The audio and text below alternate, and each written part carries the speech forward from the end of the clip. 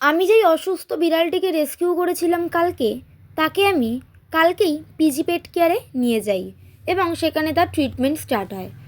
তাকে আমি একটা ছোট ঘরে রাখার ব্যবস্থা আমার কাছে টাকা ছিল না, কিন্তু পিজি পেট কেয়ার ওর চিকিৎসায় কোনো রকম ত্রুটি রাখেনি। তারা আমাকে বলেছে, বোন তুই পরে দিবি, কোনো সমস্যা নেই।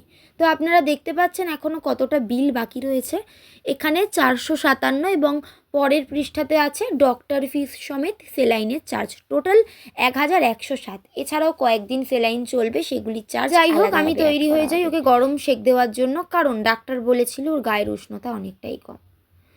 তো যথারীতি আমি জল গরম তৈরি করলাম, তৈরি করে ওর গায়ে সেক দিলাম। ডাক্তার আরেকটি কথাও বলে, ওর লেজের ঠিক আছে পিছনের দিকে রয়েছে ভয়ানক ম্যাগট, বিচ্ছিরি রকমভাবে ম্যাগট বাসা বেঁধেছে। ডক্টরের পরামর্শ অনুযায়ী আমিও ডিম্যাক্স স্প্রে লাগিয়ে দিই ওর লেজের পিছনে। তারপর আমি ওকে একটু আলতো আলতোভাবে গরম সেক দিই।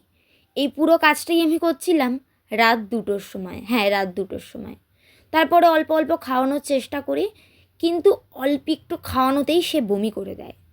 তো এই জন্য ডাক্তার এখন পরপর সেলাইন লিখেছে, যেহেতু কিচ্ছু বমির আমি সত্যিই ছবি তুলতে পারিনি, কারণ আমার মাথা কাজ করছিল না যে এত রাতে বমি হলো। আমি সঙ্গে সঙ্গে প্যারাভেট দাদাকেও ফোন করি যে কেন বমি করছে, তখন বললো ঠিক আছে ডক্টর তাহলে হয়তো সেলাইন লিখে দেবে। তারপরে দেখি ওর জায়গাটা একটু পরিবর্তন করছে, তো ও যেখানে বারবার বসছে সেখানেই আমি একটুখানি জায়গা সুন্দর করে দিই, আর একটু মাছ সেদ্ধ ছিল সেটাও রেখে দিই। ওর যদি ইচ্ছা হয় ওকে সকালেই আমি ডক্টরকে ফোন করে ওর যদি সেলাইন চলে ডাক্তারের কাছে নিয়ে যাব।